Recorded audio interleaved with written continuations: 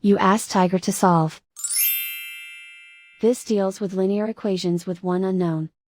The final result is x equals 2/7. Let's solve it step by step. Simplify the expression. Simplify the arithmetic. Group all constants on the right side of the equation. Add 2 to both sides.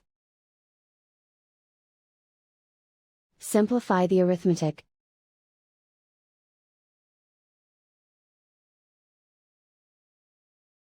Isolate the x. Divide both sides by 7.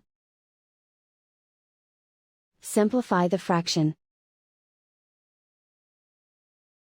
And so the final result is x equals 2/7.